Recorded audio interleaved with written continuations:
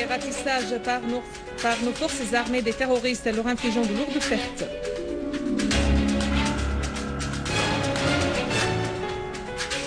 Le peuple égyptien adresse un dernier ultimatum à Morsi pour reconsidérer ses décisions controversées.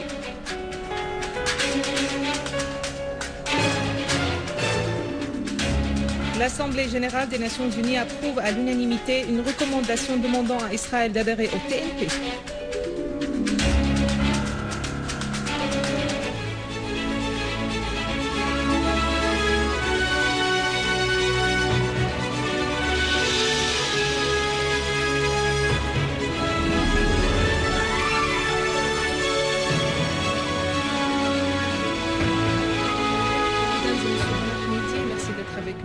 Nos forces armées ont poursuivi aujourd'hui leurs opérations de traque et de ratissage des secteurs et des zones à Alep abritant les gangs terroristes mercenaires. Au moins 25 terroristes appartenant à Al-Qaïda ont été arrêtés au moment où ils voulaient évacuer les corps de leurs compagnons dans la zone d'Az-Zahra à Alep. Une autre unité a liquidé grand nombre de terroristes opérant sous le pont de Nayrab et saisi également leurs armes. Et dans la banlieue d'Alep, l'armée arabe syrienne a éliminé dans le secteur de Sfera un groupe de terroristes d'Al-Qaïda, dont 5 Tunisiens. À Homs, des terroristes ont visé la nuit dernière par des obus de mortier les deux villages Houach et Nasra dans la campagne du village Al-Hussan. 3 citoyens sont tombés en martyrs dans ce bombardement et d'autres ont été blessés en plus des dégâts matériels dans les voitures et les maisons. Les services spécialisés ont repoussé des terroristes qui attaquaient les citoyens et un point de contrôle des forces de maintien de l'ordre à l'accès du village Al-Hassan. 4 agents des services spécialisés sont tombés en martyrs et des terroristes ont été tués et blessés dans ces affrontements. Les services spécialisés ont d'ailleurs saisi une quantité de munitions cachées dans le réservoir de carburant d'une voiture dans la région Chanchar sur la route Homs-Damas. Et dans la campagne d'Al-Qasser, une unité des forces de l'armée arabe syrienne a neutralisé suite à des accrochages des terroristes armés dans les fermes d'Al-Atifia. À Hama, les services spécialisés ont abattu aujourd'hui l'un des membres armés d'un gang terroriste appartenant à Al-Qaïda dans la ferme Jawhar sur la route Mhard Esqelbiye dans la banlieue de Hama. Le terroriste abattu est connu sous le nom de Ibrahim Suleiman Al-Khalif, l'un des plus dangereux terroristes dans le gouvernorat. Il était recherché pour des actes terroristes dans le secteur en question. Dans la banlieue de Damas, 29 étudiants et un professeur sont tombés en martyrs dans une attaque aux obus de mortier menée par des terroristes sur l'école Teha première dans le camp d'Al-Wafidine.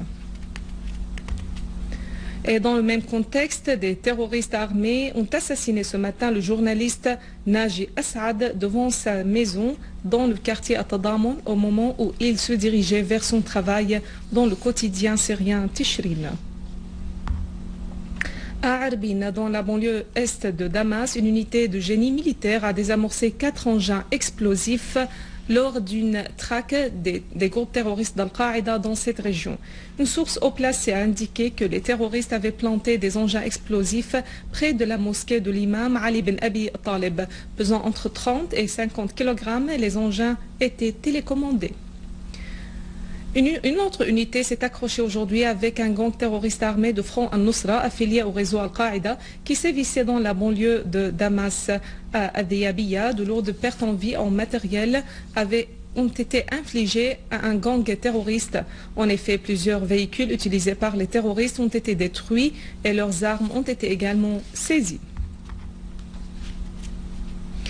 Le ministère russe des Affaires étrangères a déclaré que la Russie n'allait pas participer à la réunion du soi-disant groupe des amis de la Syrie prévue au Maroc.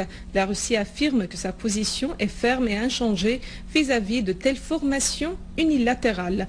Dans le même contexte, le ministre russe des Affaires étrangères, Sergei Lavrov, a souligné la nécessité que les protagonistes extérieurs concernant la crise en Syrie œuvrent conformément à la déclaration de Genève pour trouver une solution pacifique à la crise crise en Syrie.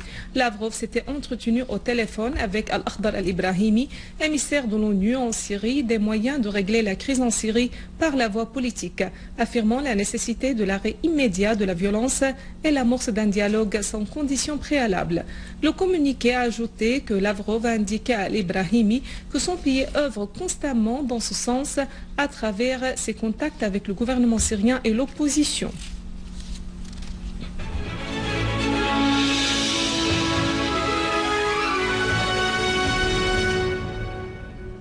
Les manifestants égyptiens ont commencé à affluer sur le palais de la République Al-Ittihadiyya au Caire pour prendre part au grand sit-in, le dernier avertissement auquel 1 million de manifestants sont attendus. Cette manifestation a été convoquée par plusieurs mouvements et forces politiques révolutionnaires pour confirmer le refus de la déclaration constitutionnelle promulguée par le président égyptien Mohamed Morsi, qui persiste à proposer le projet de constitution au peuple égyptien par référendum.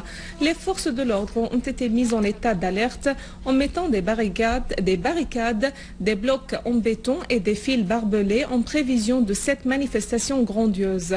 Les agents de l'ordre et de sécurité se sont déployés tout au long de la route menant à la place At-Tahrir et au palais présidentiel, encerclant et isolant ainsi tout le quartier de Masr al-Jadida. La capitale égyptienne n'a pas connu de genre d'état de siège depuis 30 ans. À New York, l'Assemblée générale des Nations unies a voté à la majorité de 174 voix en faveur d'une résolution appelant Israël à rejoindre le traité de non-prolifération nucléaire TNP et à ouvrir ses installations nucléaires devant les inspecteurs de l'Agence de l'énergie atomique de l'ONU. La résolution appelle Israël à rejoindre le TNP sans retard et à s'abstenir de la possession de nouvelles armes nucléaires ou de les produire et à ouvrir toutes les installations nucléaires israéliennes devant les inspecteurs de l'Agence de l'énergie atomique. À noter que 6 pays de l'Assemblée générale se sont opposés au vote alors que les États-Unis et Israël se sont abstenus. En Iran, la marine des gardes de la révolution islamique iranienne a indiqué qu'elle a réussi à faire descendre un drone espion appartenant à l'armée américaine sur les territoires iraniens. Une fois l'appareil en question avait survolé l'espace aérien iranien, les gardes de la révolution ont tout de suite procédé à la maîtrise électronique de l'appareil sans qu'il s'abîme. L'amiral Ali Fadoui a indiqué que ce genre de drone démarre des porte-avions opérant dans la région, soulignant que les forces des gardes de la révolution sont prêtes pour effectuer les missions de contrôle et de renseignement sur tout déplacement ou mouvement des forces étrangères au niveau de la région du Golfe. Avant de clore ce journal, un rappel des principaux titres. Traque et ratissage par nos forces armées des terroristes leur infligeant de lourdes pertes.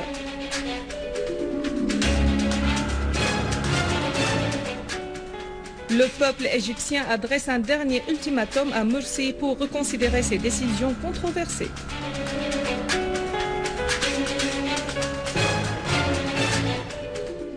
L'Assemblée générale des Nations unies approuve à l'unanimité une recommandation demandant à Israël d'adhérer au TNP. Mesdames et messieurs, c'est la fin de notre édition. Pour la revoir, visitez notre site web syriaonline.sy. Merci à vous, merci à toute l'équipe de rédaction et de technique. Au revoir.